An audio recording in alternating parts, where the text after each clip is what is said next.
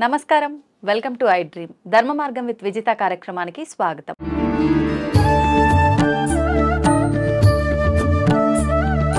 ప్రస్తుతం మనతో పాటు ఉన్నారు వేద పండితులు పవన్ కుమార్ శర్మ గారు. ఇప్పుడు వారితో మాట్లాడి మరిన్ని విషయాలు తెలుసుకునే ప్రయత్నం చేద్దాం. నమస్తే అండి. నమస్తే.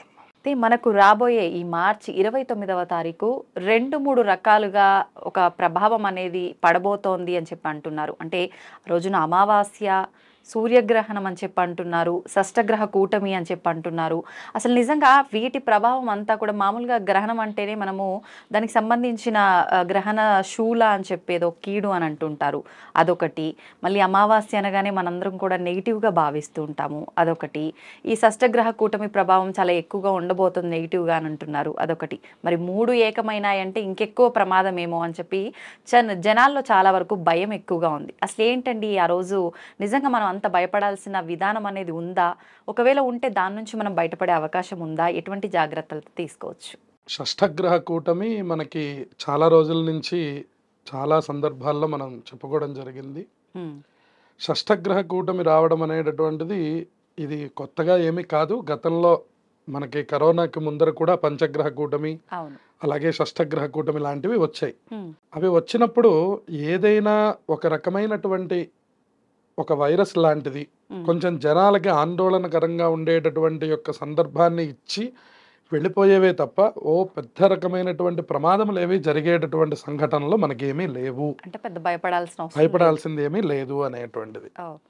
అందున ఇక్కడ మనకు వస్తున్నటువంటిది పాల్గొన అమావాస్య, అంటే 29వ తారీఖు అది ఏర్పడుతున్నది.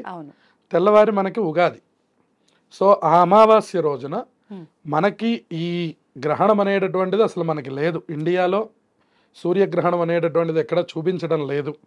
ఇది కొన్ని యూరోప్ లాంటిది, జర్మనీ, ఇట్లా కొన్ని దేశాల మీద మాత్రమే ఆ ప్రభావం ఉంది, విదేశాల్లో మాత్రమే. ఇండియాలో ఎటువంటి ప్రభావం లేదు, ఎటువంటి నియమాలు ఆచరించవలసిన అవసరం లేదు అనేటువంటిది ఒకటి నియమం. ఇక అమావాస్య విషయానికి మనం వస్తే, అమావాస్య అనేటటువంటిది మన వైపున, ఉదాహరణకి మనం ఇటుపక్కన తెలుగునాట కొద్దిగా మనం దాన్ని మనం ఏమిటి అనేటటువంటిది చూస్తాం, కానీ దక్షిణాదిలో సహజంగా అటువైపు కనుక మనం చూస్తే అది చాలా పర్వదినంగా మనం భావిస్తారు వాళ్ళు. దాన్ని మనం సౌరమానం అంటాం. చాంద్రమానం, సౌరమానం అని మనకి 2 రకాలు. వాళ్ళు సూర్యుడిని అనుసరించినటువంటి మాసాన్ని చెప్తారు. అందులో మనకి పౌర్ణమి మధ్యలో ఎట్లా వస్తుందో వాళ్ళకి అమావాస్య మధ్యలో వస్తుంది. అందుకని దాన్ని మంచి పర్వదినంగా భావిస్తారు. అంతేకాకుండా అమావాస్య పితృతిథి కింద చెప్తాం మనం. అమావాస్య పితృతిథి ఆ రోజున కనుక ఏ రకమైన పితృ సంబంధమైనటువంటి దానములు కానీ, తర్పణాలు కానీ, పూజలు కానీ ఏం చేసినా కూడా చాలా మంచి ఫలితాలు వస్తాయి. అందువల్ల అమావాస్య వల్ల మనకు వచ్చినటువంటి ఇబ్బంది కూడా ఏమీ లేదు.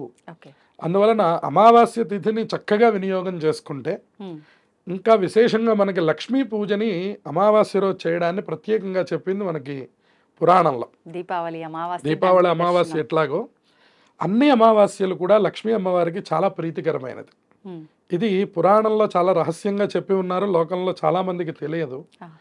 విశేషంగా అమావాస్య రోజు ఎవరైతే లక్ష్మీదేవి యొక్క ఆరాధన చేస్తారో వాళ్ళకి ఐశ్వర్యమునకు ఎటువంటి లోటు ఉండదు అని చెప్తున్నారు. అందుకని అమావాస్య రోజున అవకాశం ఉన్న వాళ్ళు పితృదేవతల్ని ఆరాధన చేయడం ఒకటైతే, ఎవరైతే ఆర్థికంగా ఇబ్బందులను ఎదుర్కొంటున్నారో వాళ్ళు లక్ష్మీదేవిని ఆరాధన చేయాలి. అది కూడా ప్రదోష కాలంలో, సాయంకాలం వేళలో, సంధ్యాకాలంలో చక్కగా దీపారాధన చేసుకొని అమ్మవారికి అష్టోత్తర శతనామాలు కానివ్వండి, ఏదైనా ఒక ఎర్రటి పుష్పాలతో చక్కగా అమ్మవారిని పూజించుకొని ఆవునేతితో దీపారాధన చేసుకుంటే ఆ ఇంట్లో ఎప్పటికీ ఐశ్వర్యానికి లోటు ఉండదు అని చెప్తున్నారు మనకి పురాణంలో. అందువల్ల అమావాస్య అత్యంత విశేషమైనటువంటిది. సూర్యగ్రహణం మన దగ్గర లేదు కాబట్టి మనకి ఎటువంటి ఇబ్బందులు కలిగే అవకాశం లేదు. సూర్యగ్రహణంతో మనకి నిమిత్తం లేదు. అలాగే ఇక షష్టగ్రహ కూటమికి వచ్చేసరికి ఇది మీనరాశిలో ఏర్పడుతూ ఉన్నది. ప్రత్యేకంగా కొన్ని రాశుల వాళ్ళు జాగ్రత్తలు తీసుకోవాలి అని మనకు చెప్తున్నారు. అందులో మొట్టమొదటిది సింహరాశి వారు. ఎందువలన అంటే వాళ్ళకి 8వ స్థానంలో ఈ 6 గ్రహాలు ఏర్పడుతున్నాయి. దానివల్ల కొంచెం సింహరాశి వాళ్ళకి ఇప్పుడు అనుకూలం కొంచెం తక్కువగా ఉన్నది అని చెప్పుకోవాలి. ఇక రెండవది మేషరాశి వారికి వ్యయస్థానంలో ఉన్నది, అంటే 12వ ఇంట్లో ఏర్పడుతూ ఉన్నది మీనరాశి అవడం వల్ల. ఈ మీనరాశిలో ఏర్పడడం అనేటటువంటిది ఏదైతే ఉందో అది మీనరాశి వారికి, ఉమ్, మేషరాశి వారికి, ప్రత్యేకించి సింహరాశి వారికి, ఈ 3 రాశుల వారికి కూడాను కొంత ప్రతికూలమైన ప్రభావాలు, నెగిటివ్ ఇంపాక్ట్ అనేటువంటిది చూపిస్తూ ఉన్నది. ఇక శుభమైనటువంటి ఫలితాలు చూపిస్తున్నది మకర రాశి వారికి చాలా అద్భుతమైన ఫలితాలు వస్తూ ఉన్నాయి. ఓకే. అలాగే వృషభ రాశి వాళ్ళకి చాలా మంచి ఫలితాలు వస్తూ ఉన్నాయి. అలాగే మన తులారాశి వారికి కూడా చాలా అద్భుతమైన ఫలితాలు వస్తున్నాయి. ఉమ్, ఈ 3 రాశుల వాళ్ళకి కూడాను అద్భుతమైన ఫలితాలు ఉన్నాయి. మిగిలిన రాశుల వాళ్ళందరికీ కూడాను మధ్యమమైన ఫలితాలు ఉన్నాయి. వాళ్ళందరికీ సామాన్యంగా ఉంటుంది ఫలం, దాని గురించిన లాభము లేదు, నష్టము లేదు. కాబట్టి ఈ రాశుల వాళ్ళు ఏదైతే ఇప్పుడు మనం చెప్పుకున్నటువంటి 3 రాశుల వాళ్ళు, సింహరాశి వాళ్ళు, మీనరాశి వాళ్ళు, అలాగే మేషరాశి వాళ్ళు ఉన్నారో వాళ్ళు మాత్రం ఏదైనా ఒక శివాలయంలో కాస్త అభిషేకం చేయించుకోవడం కానివ్వండి, ఏదైనా దాన ధర్మములు చేయడం కానివ్వండి, విశేషంగా నవగ్రహ పూజ చేయడం కానివ్వండి, ఇటువంటివి చేయడం ద్వారా తప్పకుండా దాని నుంచి మంచి ఫలితాలని మళ్ళీ పొందవచ్చు. అదేమీ తీవ్రమైనటువంటి ఇబ్బందులు కాదు. ఇవి గ్రహముల యొక్క సంచారంలో కలిగేటటువంటి యొక్క మార్పుల్లో వచ్చేటటువంటి మార్పే తప్ప ఇదేదో దేశ అరిష్టమని, దాన్నేదో ప్రత్యేకమైనటువంటి రీతిలో మనకి ఇబ్బంది కలుగుతుందని కానీ చెప్పడానికి ఎటువంటి రకంగానూ జ్యోతిష్యంలో మనకు ఆ మాట లేదు. ఈ 4 గ్రహాలు, 5 గ్రహాలు, 6 గ్రహాలు కలవడం అనేటటువంటిది చాలామంది జాతకాల్లో ఏర్పడుతూనే ఉంటుంది. కాకపోతే చాలా రేరు మనకి షష్టగ్రహ కూటమి. 6 గ్రహాలు కలవడం అనేటటువంటిది కొంచెం అరుదైన సన్నివేశం. 4 గ్రహాలు, 5 గ్రహాలు సహజంగా కలుస్తూ ఉంటాయి. 6 గ్రహాలు కలవడం అనేటటువంటిది కొద్దిగా అరుదైన సన్నివేశం. క్రిందటి సంవత్సరం పంచగ్రహ కూటమి వచ్చింది కదా. ఇలా 5 గ్రహాలు, 4 గ్రహాలు ఎప్పటికీ కలుస్తూ ఉంటాయి. అందువలన ఇంకొంచెం ఎక్కువ అస్సలు మనం చూడండి 7 గ్రహాలు కలవడం ఉంటుందా. కలవటం 7 గ్రహాలు అది అసలు చాలా ఒక, ఇప్పుడు ఎట్లా అయితే మనం కుంభమేళ 144 సంవత్సరాలు అన్నామో అట్లా అరుదుగా సప్తగ్రహ కూటమి చాలా అసలు సప్తగ్రహ కూటమి. అలా గనక జరిగితే ఒక రాహుకేతువులు తప్ప మిగతా అన్ని గ్రహాలు ఒక చోటకి చేరినట్టు. అలా చాలా తక్కువ సన్నివేశాలు. కానీ ఇది ఏదైతే షష్టగ్రహ కూటమి ఉందో దీనికి ప్రత్యేకంగా భయపడిపోవాల్సింది. కానీ మనం కరోనా వైరస్ అంటేనే చాలా భయభ్రాంతులకు లోనై చాలా నష్టాలను చవి చూసాము. మళ్ళీ ఇలాంటి రోజు ఎవ్వరికి ఎక్కడ కూడా రావద్దు అనే అంత ఇబ్బందులు మనం పడ్డారు. ఇప్పుడు అంతకు మించిన వైరస్ రాబోతుంది అని చెప్పి, జలంకి సంబంధించింది అని చెప్పి కొందరి మాటల ద్వారా వింటున్నాము. నిజంగా అలాంటిది ఏమైనా ఉందా? మళ్ళీ కరోనా స్థాయిలో వచ్చేటటువంటి అవకాశములు ఇప్పుడు సూచించడం లేదు. ఓకే. అందువలన ఇక్కడ ఉన్నటువంటిది కొద్దిగా అన్ని గ్రహాలు కూడా శుభగ్రహముల యొక్క కలయికలే ఉన్నాయి. దాని వలన ప్రత్యేకంగా ఏదో వైరస్ వస్తుందని కానీ ఇవి చెప్పలేం కానివ్వండి. ఇప్పుడు ఏవైతే మనకి దేశంలో కొన్ని ఆందోళనకరమైన సన్నివేశాలు, ఏవైతే మనకి యుద్ధములు జరుగుతూ ఉన్నాయో, కొన్ని చోట్ల జన నష్టం జరుగుతూ ఉన్నదో, ఇటువంటి వాటికి మనకు కనపడుతూ ఉన్నదే తప్ప ప్రత్యేకంగా వైరస్ రావడం గురించి కానీ, సహజంగా ఒక వ్యాధి మాత్రం అందరినీ కొంచెం మళ్ళీ ఇప్పటికే మనం అందరం చూస్తున్నాము, మళ్ళీ మాస్కులు ధరించడం, మళ్ళీ కొద్దిగా అందరూ జాగ్రత్తలు తీసుకోవడం. ఇప్పటికే కరోనా తర్వాత మనం అందరం కొంత జాగ్రత్తల్లోకి వెళ్ళాం. మనం ఏదైతే ఆహారం తీసుకోవాలన్నా, నీరు తీసుకోవాలన్నా కొద్దిగా జాగ్రత్తలు తీసుకోవాల్సిన అవసరం మనకు కనపడుతూ ఉన్నది. అటువంటిదే కనపడుతుంది తప్ప ప్రత్యేకంగా కొత్తది భయపడాల్సిందైతే ఏమీ లేదు. ఇది ఉండేది కూడా ఈ షష్టగ్రహ కూటమి కేవలం 3 రోజులు మాత్రమే. మళ్ళీ చంద్రుడు బయటికి రాగానే మళ్ళీ అది 5 గ్రహముల యొక్క స్థితికి వెళ్ళిపోతుంది. ఒక్క నెల రోజులు కూడా తేడా లేకుండానే అన్ని గ్రహాలు కూడా మళ్ళీ వాటి స్థానాల్లోకి వెళ్ళిపోతాయి. అందువలన ఇది చాలా ప్రత్యేకమైన సన్నివేశంగా ఏమీ చెప్పవలసిన అవసరం కనపడడం లేదు. ఓకే, సంతోషం అండి. అంటే చాలా మంది మాటల ద్వారా విని ఎంతో భయపడ్డ వాళ్ళకి మీ మాటల ద్వారా ఒక మంచి ఊరట లభిస్తుందని ఆశిస్తున్నాను. ఉగాది వచ్చింది అంటే నూతన సంవత్సరం. నూతన సంవత్సరం వచ్చింది, ఉగాది అనగానే మనకు గుర్తొచ్చేది ముఖ్యంగా పంచాంగ శ్రవణము.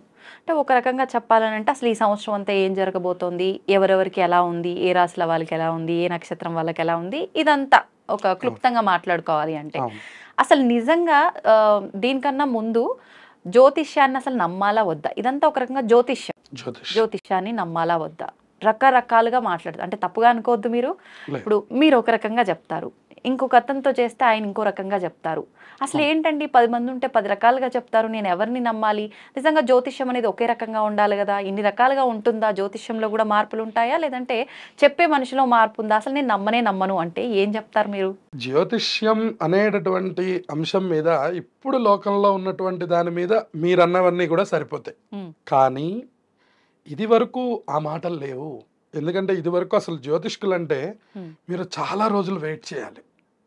ఎందుకంటే ఒక గ్రామానికి ఒకళ్ళే జ్యోతిష్కులు ఉండేవాళ్ళు. ఒక గ్రామానికి చాలా అరుదుగా ఆ జ్యోతిష్య విభాగాన్ని చెప్పేవాళ్ళు చాలా తక్కువ మంది ఉండేవారు. దానివల్ల ఏంటంటే అది కూడా పారంపర్యంగా రావాలనేవాళ్ళు, వంశపారంపర్యం. అది ఎవరు పడితే వాళ్ళు చెప్పడం, లేదంటే ఇవాళ ఆఫీస్ ఎట్లా ఉంది అని, కానీ లేదా వీటికి సంబంధించింది అయిపోయింది ఇవాళ ఒక కమర్షియాలిటీలో. సో ఇదివరకు అలా లేదు. ఇదివరకు అది చాలా ప్రాచీనమైనటువంటి పద్ధతి. వాళ్ళ నాన్నగారు జ్యోతిష్యం చేశారు అంటే వాళ్ళ అబ్బాయి గారు జ్యోతిష్యం చేసేవాడు. అంటే ఒక పద్ధతి విధానం ప్రకారంగా ఉంది. ఇప్పుడు వ్యాపార దృక్పథంగా కొంచెం అలా ఉన్నది. అందువలన పూర్తిగా మనం వ్యాపార దృక్పథం అనేటటువంటి దానికంటే కూడా ఇవాళ అందరూ నేర్చుకునే టాపిక్ అయిపోయింది. సో ఇవాళ మనం అందరికీ అది అందిస్తున్నారు. దానివల్ల ఏంటంటే బేసిక్ తెలిసిన వాళ్ళు డాక్టర్ అయిపోయినట్టు అయిపోయింది. ఇప్పుడు డాక్టర్లు ఎంతమంది ఉన్నారు అంటే డాక్టర్లు అందరూ డాక్టర్లేనా? సో విభాగం ఎట్లా అయితే ఉండి దీన్ని నయం చేస్తున్నారో జ్యోతిష్యం కూడా ఈక్వల్ టు డాక్టరేట్. అందులో స్పెషలైజేషన్ చేయడం, కరెక్ట్గా అక్కడ ఉన్నటువంటి సమస్యని సమస్యగా స్వీకరించి దానికి ఏ రకమైనటువంటి పరిహారం చేస్తే సరైనటువంటి ఫలితం వస్తుందో చెప్పగలగడం అనేటటువంటి దానికి మాత్రమే మనం సరైనటువంటి జ్యోతిష్యం అనే మాట మాట్లాడాలి. అంటే మీరు ఆ మాట అన్నాక నాకు ఒకటి అనిపించింది. ఇప్పుడు ప్రతి ఒక్కరూ ఏ విభాగాన్ని ఎంచుకొని దాన్ని పర్టికులర్గా దానిపైనే ఫోకస్ చేసి ఏది చెప్పాలో అది చెప్పకుండా అందరూ అన్నీ చెప్పడం వల్లే ఈ నమ్మకం పోయింది అనుకోవచ్చా? ఖచ్చితమైన మాట అది. ఎందుకంటే దాని మీద అవగాహన లేని వాళ్ళు అనేటటువంటి మాట కూడా అనాలి. కొంతమంది మాట్లాడుతూ ఉండడం వల్ల జనాల్లోకి కూడా అసలు వెళ్ళవలసినటువంటి టాపిక్ కంటే కూడా అనవసరమైనటువంటి టాపిక్లు వెళ్ళిపోవడం.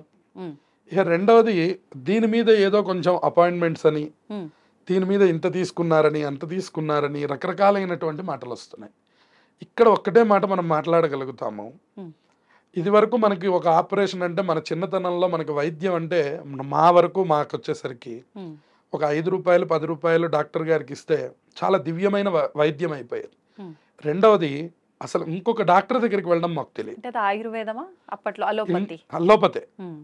ఇంకొక డాక్టర్ గారి దగ్గరికి వెళ్ళడం తెలియదు. మా ఒంటి మొత్తంలో మాకు ఏ సమస్య వచ్చినా కూడా ఆ డాక్టర్ గారే అన్ని నయం చేసేవారు. సో ఇప్పుడు అంటే ఇప్పుడు నాకు ఒక 35 సంవత్సరాలు వచ్చేసరికి పరిస్థితి అలా లేదు. ఎలా ఉంది అంటే నాలుకకి సంబంధించి వస్తే ఒక డాక్టర్ గారి దగ్గరికి వెళ్ళాలి, పన్నుకి సంబంధించి వస్తే ఇంకో డాక్టర్ గారి దగ్గరికి వెళ్ళాలి, ముక్కుకి సంబంధించి వస్తే ఇంకో డాక్టర్ గారి దగ్గరికి వెళ్ళాలి. సో అన్నీ ఒకళ్ళు చూసేటటువంటి విధానం పోయింది, తక్కువగా అయిపోయింది. అలాగే జ్యోతిష్యంలో కూడా మనకి ఏమైపోతుందంటే పూర్తి శాస్త్రాధ్యయనం చేయడం, పూర్తిగా ఉండడం, పూర్తిగా దాంట్లోనే నిమగ్నమై ఉండడం, నిమిత్తంగా వేరే వ్యాపకం లేకుండా నిరంతర గ్రహముల మీద మాత్రమే దృష్టి పెట్టి ఆ ఉపాసనని కూడా ఆ గ్రహములతో కలుపుతూ ఉండాలి జ్యోతిష్కుడి యొక్క లక్షణం. ఇక రెండవది దైవజ్ఞత్వం అని మనకు ఒక మాట ఉంది. దైవజ్ఞులు అని పిలుస్తారు. ఉదాహరణకి దైవజ్ఞ ఫలానా పేరుతో చెప్తారు. ఈ దైవజ్ఞ అన్న శబ్దం ఏమిటంటే దివ్యమైనటువంటి యొక్క జ్ఞానాన్ని కలిగి ఉండడం అనేది ఒక సంస్కృతంలో ఒక అర్థం మనం చెప్పగలిగితే. అంటే ఇప్పుడు అదొక బిరుదుగా తీసుకోవచ్చా? అంటే ఇప్పుడు చదువుకున్న వారికి ఒక సర్టిఫికెట్, ఒక గుర్తింపు ఎలా వస్తుందో అది అలా వస్తుంది. డాక్టరేట్ ఎట్లా మనకి ఇప్పుడు డాక్టర్ జయశంకర్ అని మనం ఎట్లా చెప్తాం, అట్లాగే ఇది కూడా ఈక్వల్ టు డాక్టరేట్. నేను ఇందాక అదే విషయం చెప్పాను. డాక్టరేట్ ఎట్లాంటిదో మనకి జ్యోతిష్యంలో కూడా దైవజ్ఞత్వం అట్లాంటిది. ఈ దైవజ్ఞత్వాన్ని సంపాదించిన వాళ్ళకి మాత్రమే పైన ఉన్నటువంటి గ్రహ సంచారం మొత్తం ఎలా జరుగుతోంది అనే అంశాలు ఎప్పుడు వాళ్ళ బుర్ర కూడా అట్లా పైన తిరుగుతూ ఉండాలి. తప్పుగా అనుకోకూడదు. ఇవాళ రేపు ఈ గుర్తింపులు అనేది డబ్బులుంటే వచ్చేస్తున్నాయి కదా, నిజంగా జ్ఞానంతోటే అందరికీ వస్తున్నాయి అనుకోవడానికి కూడా లేదు కదా. అంటే ఏది నమ్మలేకపోతున్నాం కదా. అంటే అలా లేరు అని కూడా మనం అనడానికి మనకేమీ అవకాశం లేదు. ఎందుకంటే మన చుట్టూ ఉన్న ప్రపంచం చాలా చిన్నది, మనం చూడని ప్రపంచం చాలా పెద్దది. సో అందువల్ల ఉన్నారు, ఖచ్చితంగా దైవజ్ఞులైనటువంటి వాళ్ళు ఉన్నారు కాబట్టే మనకి ఇంకా సరిగ్గా గ్రహణాలు ఎక్కడ జరుగుతున్నాయి, సరిగ్గా మనకి ఈ తిథి ఎప్పుడు వస్తుంది, సరిగ్గా మనం వినాయక చవితి ఎప్పుడు వస్తుంది, సరిగ్గా వర్ష ఋతువు ఎప్పుడు వస్తుంది, అన్ని విషయాలు మనకి పంచాంగంలో ఉన్నటువంటివి 60 జరగకపోయినా 40 జరుగుతున్నా కూడా ఇంకా దైవజ్ఞులు మనకి ఉన్నట్లే కదా. అందువలన దైవజ్ఞులు అనేటటువంటి వాళ్ళు ఉన్నారు. ఎంతమంది ఇలా తెర మీదకి వచ్చి మాట్లాడుతున్నారు అనేది మనం అనుకోవాల్సినటువంటి అంశం. ఎందుకంటే సరిగ్గా చదువుకున్న వాళ్ళు ఎవరు బయటకు వచ్చి మాట్లాడట్లేదు, బయటకు వచ్చి మాట్లాడుతున్న వాళ్ళు ఎవరు కూడా చదువుకున్నవారు కాదు. ఇదొక్కటే విషయం. ఎలా గుర్తించొచ్చు అంటారు సామాన్య ఇది రాళ్లల్లో సాలగ్రామాలని తీయడం లాంటిది. ఇది చాలా కష్టమైన ప్రక్రియ. ఖచ్చితంగా ఈయన చదువుకున్నాడు అనడానికి ఇది చాలా అవసరం, కానీ ఇది చాలా దుర్లభం. ఇది ఎవరికి దొరకదు. ఇది ఒక రాళ్లల్లో మీరు ఒక రాళ్ల గుట్ట పోసి దాంట్లో నుంచి పూజార్హమైనటువంటి రాళ్ళు అంటే సాలగ్రామం అంటాం మనం. సాలగ్రామాలని తీయండి అనడం ఎట్లాంటిదో ఈ సభ్య సమాజంలో చదువుకున్నటువంటి ఒక జ్యోతిష్కుడిని తీయండి అనడం కూడా అంతే కష్టం. అది ఎవరైనా తీయలేం. చాలా మంది నర్మదా నదికి వెళ్ళారు మొన్న పుష్కరాలకి, నాతో చెప్పారు, ఏమండి నర్మదా బాణాలు ఎక్కడ దొరుకుతాయి, మేము చాలా వెతికాం, మాకు ఎక్కడ దొరకలేదు అన్నారు. అట్లాగే సరైనటువంటి జ్యోతిష్కుడు కూడా మనకి ఎక్కడ దొరకడం, అది చాలా అరుదు.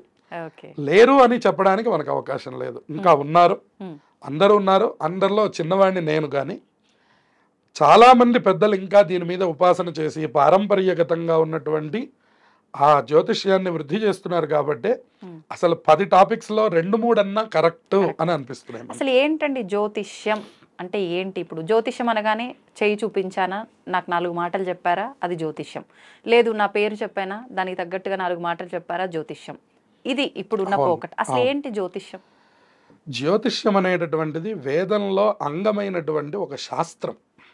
జ్యోతిష్యం అనేటటువంటి దానికి ఒక శాస్త్రము అని పేరు. శాస్త్రం అనేటటువంటిది మనకి 6 అంగములు ఉన్నాయి వేదములకు అని మనకి పురాణం చెప్తున్నది. షడంగాలు అంటారు వీటిని. షడంగాలు 6 అంగములుగా మనకి ఉన్నది. అందులో ఒకటి జ్యోతిష్య శాస్త్రం. ఈ జ్యోతిష్యము అన్నదానికి అర్థం ఏమిటి అంటే ఇది సూర్యుడి యొక్క మండలం నుంచి మనం చెప్పేటటువంటి శాస్త్రం. దాన్నే మనం సౌరమానం అంటాం, లేదు చాంద్రమానం అంటాం, లేదా బారుహస్పత్యమానం అంటాం. ఈ 3 ద్వారానే లోకమంతా జరుగుతుంది. ఉదాహరణకు మనకి తెలుగు వైపు ఉన్నటువంటి వాళ్ళందరం కూడా చాంద్రమానం అని చెప్తూ ఉంటాం. దక్షిణాది వైపు ఉన్నటువంటి వాళ్ళందరూ కూడా గుజరాత్, తమిళనాడు, వీళ్ళందరూ కూడా సౌరమానం అంటారనమాట. వాళ్ళు సూర్యుడు ఏ రాశిలో ఉంటే ఆ మాసం అంటారు. ఉదాహరణకి ఇప్పుడు ప్రస్తుతానికి కుంభరాశిలో ఉన్నాడు అంటే ఇది కుంభమాసం అంటారు వాళ్ళు. దాన్నే మనం కుంభమేళ అంటున్నాం. ఇప్పుడు అటు కూడా అంతే, నార్త్ వైపు. అలాగే గుజరాత్ వైపు కూడా ఈ సౌర ఉపాసన అనేటటువంటిది చాలా ప్రత్యేకంగా ఉంది. ఇంకా మేము కొన్ని ప్రదేశాలు తిరిగినప్పుడు మా ప్రత్యక్ష అనుభవం, ఏ రోజు సూర్యోదయం కాకపోతే అక్కడ ఉన్నటువంటి వాళ్ళు ఆ రోజు భోజనం చేయరు. సహజంగా భోజనం చేయరు. సాధ్యమా సూర్యోదయం కాకుండా ఉండడం? కొన్ని చోట్ల ఉన్నది అది. అంటే ఇప్పుడు మనకి ఉదాహరణకి బాగా చలికాలం ఉందనుకోండి, ఒక్కోసారి మనకి సూర్యుడు వచ్చాడు వెళ్ళాడు కానీ మనకేం కనపడదు, మనకు కనిపించదు, జరిగేది జరుగుతుంది. కానీ వాళ్ళు అలా కాదు. వాళ్ళ ప్రత్యక్ష భగవానుడు సూర్యకిరణములు గనక వాళ్ళ ఇంటి మీద పడకపోతే ఆ రోజు ఉపవాసం అంటారు వాళ్ళు. అట్లా ఉన్నటువంటి కుగ్రామాల్లో గుజరాత్ ప్రాంతంలో అలా ఉన్నటువంటి ప్రదేశాలు కూడా మేము చూసాం. సౌర ఉపాసన అంటే సూర్యుడి యొక్క ఉపాసన అంటే అంత గొప్పగా చేస్తున్నారు వాళ్ళు అని. ఇంకా మనం ఇంకా బాగా చేయట్లేదని అర్థం అన్నమాట. సూర్యుడితో మనకు సంబంధం ఏం లేదు, ఒక 3 లేదా 4 పూటలు కూడా వెళ్ళిపోతుంది, అది వేరే విషయం. అందువలన సూర్య ఉపాసన చేసేవాళ్ళు మాత్రం ఆ రోజు భోజనం చేయట్లేదు. అంత గొప్పగా సూర్య ఉపాసన చేసేవాళ్ళు ఉన్నారు. ఈ జ్యోతిష్యమునకు అసలు అర్థం ఏమిటి అంటే సూర్య సంబంధమైనటువంటిది. జ్యోతి అంటే కళ్ళు అని అర్థం. ఆ కళ్ళు చూడగలిగినటువంటివి ఏవైతే ఉన్నాయో అది ఎవరి కళ్ళతో చూడాలి? పరమాత్మ యొక్క దృష్టితో చూడాలి వీడు. అందుకనే దైవజ్ఞ అంటే అర్థం చెప్పేవారు. దైవజ్ఞత్వం రావడం అంటే వీళ్ళకి దివ్యమైనటువంటి శక్తి రావాలి. అంతేగాని ప్యాంటు షర్టోనో లేదా ఇంకోటి వేసుకోనో ఇట్లా కూర్చోగానే ఇట్లా వచ్చే టాపిక్ కాదు అది అని మనం అనుకుంటాం. కానీ అక్కడ ఏ రిజల్ట్ మనకు కనపడదు. ఒక బ్రాహ్మడి దగ్గరికి వెళ్తేనే కొంతమందికి రిజల్ట్ కనపడుతుందని అనుకోండి కాసేపటికి. ఎందుకు కనపడుతోంది అంటే ఇక్కడ కేవలం శాస్త్రమే కాదు, కొంత తపస్సు, కొంత బలం కూడా ఉండాలి వాళ్ళకి. వాళ్ళు ఏదో ఒక దేవతా ఉపాసనని బాగా చేయగలగాలి. అప్పుడే ఇది బాగా ఫలిస్తుంది.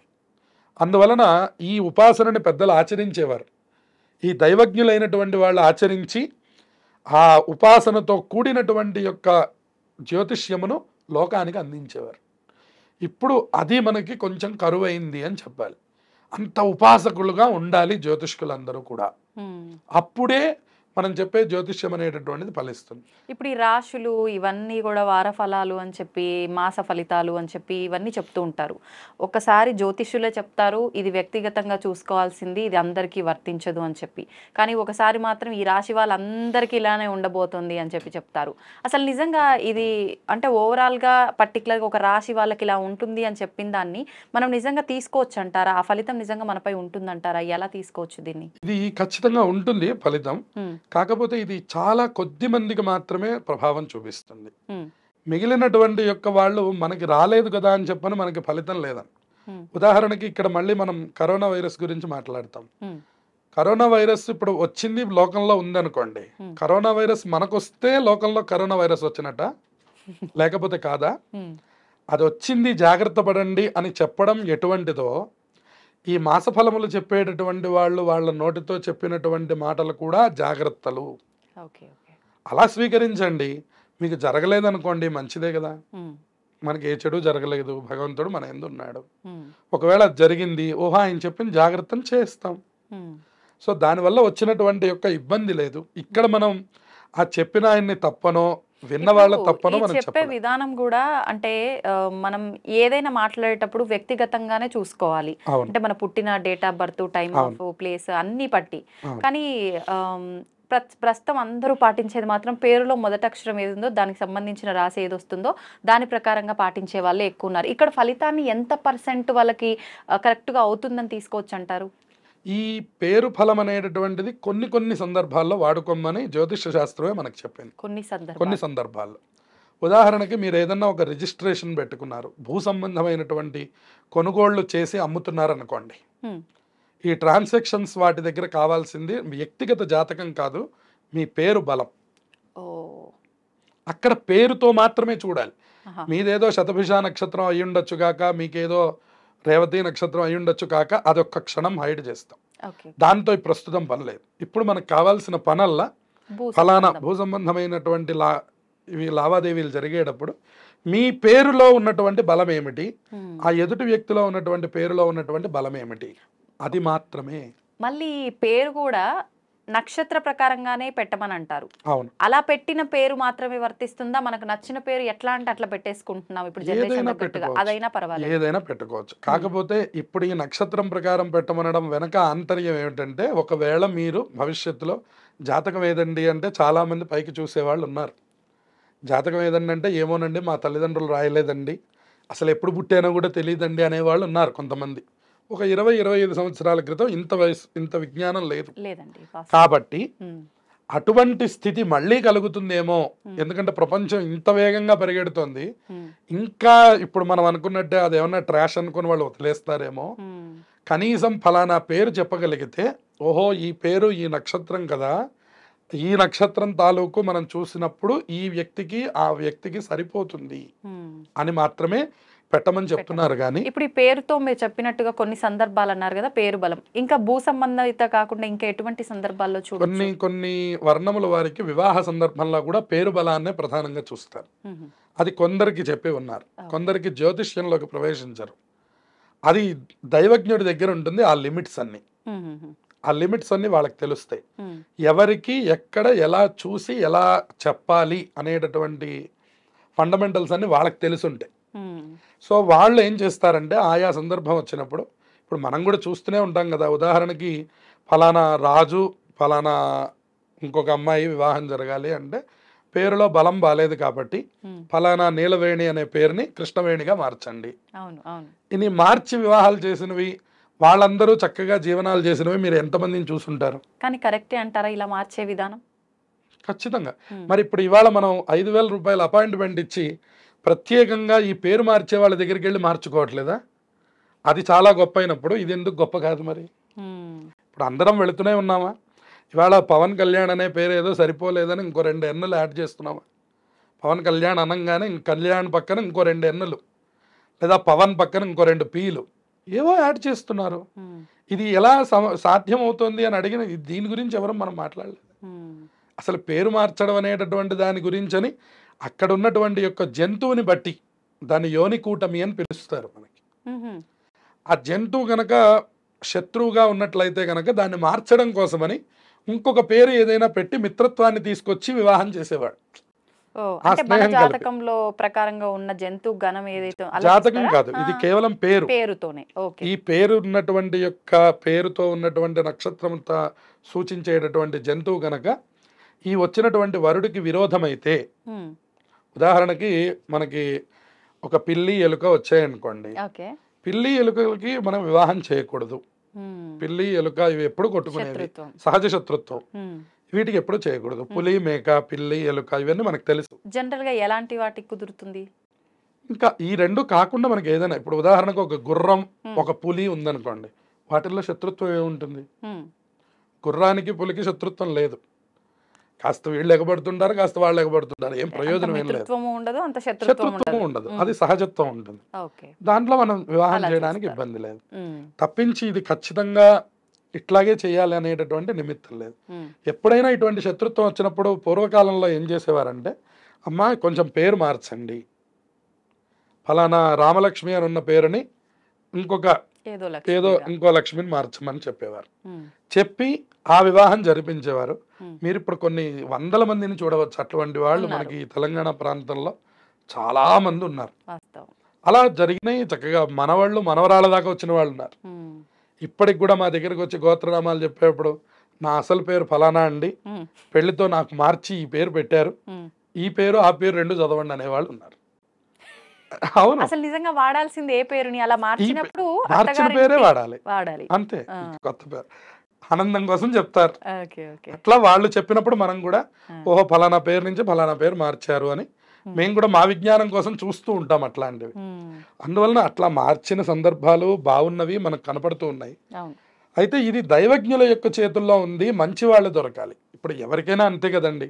ఇప్పుడు ఉదాహరణకు మనకు ఒక కడుపులో నొప్పి వచ్చిందండి, లోపల ఏం జరుగుతుందో మనకు తెలియనప్పుడు మనం ఏం చేస్తాం, ఒక డాక్టర్ గారి దగ్గరికి వెళ్తాం. ఆయన వెంటనే ఆపరేషన్ అన్నాడు అనుకోండి, మీకు గుండెల్లో రాయి పడుతుంది. పక్క వాళ్ళ దగ్గరికి వెళ్తాం, ఈయనేమిట్రా నాయన మనం వెళ్ళగానే ఆపరేషన్ అన్నాడు అని అనిపిస్తుంది. తర్వాత ఆ పక్క వాళ్ళు కూడా అదే చెప్తే అప్పుడు ఈయన్ని మనం నమ్ముతాం అన్నమాట. ఇవాళ మనం డాక్టర్ ఎట్లాగో ఈక్వల్ టు జ్యోతిష్కుడు అట్లాగే. ఈ విషయం మనం చెప్పంగానే నమ్మడం అనేటటువంటిది కుదరదు. ఇంకొక ఇద్దరు జ్యోతిష్కులు కనుక ఏమండి ఇది కొంచెం ప్రమాదమైనటువంటిది, కొద్దిగా మీరు జాగ్రత్తలు తీసుకోండి అని కనుక ఇంకో ఇద్దరు సూచిస్తే తప్పకుండా ఆయన ఆచరిస్తారు. అలాగే ఇక్కడ కూడా ప్రస్తుతం ఉన్న సమాజంలో కూడా మీరు కూడా మీ జ్యోతిష్కుల్ని తప్పకుండా సంప్రదించండితో పాటుగా ఇంకో చోట సంప్రదించైనా సెకండ్ ఒపీనియన్ ద్వారా మీరు నిర్ణయం తీసుకున్నా కూడా చదువుకున్న వాళ్ళు ఎవరు బాధపడరు దీని గురించి. సరైనటువంటి వర్త్ ఉన్నటువంటి వాళ్ళు ఎవరు అయ్యో మీరు ఇంకోళ్ళ దగ్గరికి వెళ్ళారు నా దగ్గరికి రావద్దు అని కానీ ఇట్లాంటి మాటలు ఉండవు. నేనేమంటానంటే ఒక డాక్టర్ గారు వ్యాధిని నయం చేస్తాడు, ఒక జ్యోతిష్కుడు సరైనటువంటి వాడు ఆయన ఆది అనేటటువంటి దాన్ని నయం చేస్తారు. ఆది అంటే గ్రహములు మన మీద చూపించేటటువంటి దాన్ని ఆది అంటాం. మామూలుగా శరీరంలో మనకు కలిగే రుగ్మతల్ని వ్యాధి అంటాం. ఈ రెండింటినీ నయం చేయాలి అంటే అటు డాక్టర్ గారు ఒకడే ఉండాలి. ఫ్యామిలీ డాక్టర్ అంటాం కదండి, ఫ్యామిలీ ఆస్ట్రాలజర్ అంటాం ఇప్పుడు కొత్త యుగంలో. వాళ్ళు కూడా మనకి మొదటి నుంచి మన విధానం తెలిసిన వారై ఉండాలి. అప్పుడు మనకి ఇచ్చేటటువంటి సలహాలు సూచనలు కరెక్ట్గా ఉంటాయి. ఇంకొక విషయం ఇక్కడ ఏం చెప్పుకోవచ్చు అంటే, ఒకవేళ వాళ్ళు ఏదైనా విభాగంలో సరిగ్గా ఇవ్వకపోతే తత్ఫలితం కూడా వాళ్ళ మీదే ఉంటుంది. అందుకనే జ్యోతిష్యం అందరూ చెప్పేవారు కాదు. జ్యోతిష్యం చాలా కొంతమంది ఎందుకు చెప్పేవారు, వంశపారంపర్యంగానే ఉండాలి అని మనం ఎందుకు అనుకున్నాం ఇందాక అంటే, అది వాళ్ళ తల్లిదండ్రులు చేసింది అయితేనేమో ఈయన్ని రక్షిస్తూ ఉంటుంది అనమాట, లేదంటే చాలా మందికి ఇబ్బంది కలుగుతుంది. అటువంటివి మనం లోకంలో చాలా మందిని చూస్తున్నాం. అందువల్ల జ్యోతిష్యం చెప్పడం కూడా ఏదో చాలా ఈజీ మనీ అనేటటువంటి దాని గురించి కాకుండా వెనకాల ఉండే ఇబ్బందుల్ని కూడా మనం గమనించాలి. ఆ ఇబ్బందుల్లో అది ఇదొకటి. అందువల్ల ఒకవేళ ఇతను కనుక కరెక్ట్గా కనుక ప్రెడిక్షన్ ఇవ్వకపోతే, కరెక్ట్గా కనుక గ్రహ సంబంధమైనటువంటి విషయాల్ని చర్చించుకోలేకపోతే తత్ప్రభావం ముందు ఇతని మీద పడి వాళ్ళ మీదకి వెళ్తుంటుంది. ఇది కూడా ఒక విభాగం ఉంది. అందుకనే అందరూ ఆ పనిని చేయకూడదు. కొత్తగా వచ్చేవాళ్ళు కూడా ఈ సూచనని తీసుకోవాలి తప్పకుండా. అందరూ కూడా తెలుసుకోవాలి. ఇది చాలామంది తెలియదు. దానికే ఉంది, వాళ్ళ ఆస్ట్రాలజీ క్లాసెస్ ఆన్లైన్లో జరుగుతున్నాయి, ఉస్మానియా యూనివర్సిటీల్లో జరుగుతున్నాయి, పొట్టి శ్రీరాములు యూనివర్సిటీలో జరుగుతున్నాయి. ఇవాళ ఆస్ట్రాలజీ కూడా మనకు ఒక సబ్జెక్ట్ అయిపోయింది. సో అది నేర్చుకోవడం పెద్ద సమస్య కాదు. కొద్దిగా ఈ కాలం ఉన్నటువంటి 5G జనరేషన్లో అసలు అది పెద్ద విషయం కూడా కాదు. గ్రహాలు, గ్రహముల యొక్క బలాలు చెప్పడం, కానీ దాని వెనకాల ఉపాసన లేకపోతే ఏం జరుగుతుందనేది మాత్రం ఎవరైనా అనుభవం ఉన్నవాళ్ళు మాత్రమే చెప్పాలి. అది అందరూ చెప్పలేరు. అందువల్ల ఇది అనుభవం, ఇది వెనకాల నుంచి ఉండాలి, ఉపాసన ఉండాలి, ఖచ్చితంగా దాని మీద నియమ నిష్టలు ఉండాలి. అప్పుడే అది ఫలిస్తుంది. ఇదేదో మనం కోటు వేసుకోనో ప్యాంటు షర్టు వేసుకోనో పెద్ద ఆఫీస్ పెట్టుకుంటేనో వర్తించేది కాదు.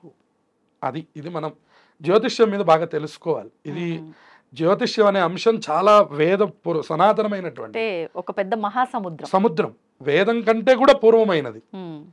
అదొక సముద్రం లాంటిది. దాంట్లో అన్నీ దొరుకుతాయి, కానీ అసలు విషయం దొరకడం అనేటువంటిది చాలా కష్టం. అది సరైనటువంటి వాళ్ళు మాత్రమే చేయగలిగినటువంటిది. మనం వాళ్ళని గుర్తించుకోగలిగితే మనమే అదృష్టవంతులం అవుతాం. ధన్యవాదాలండి, చాలా చక్కగా వివరించారు. శుభమస్తు.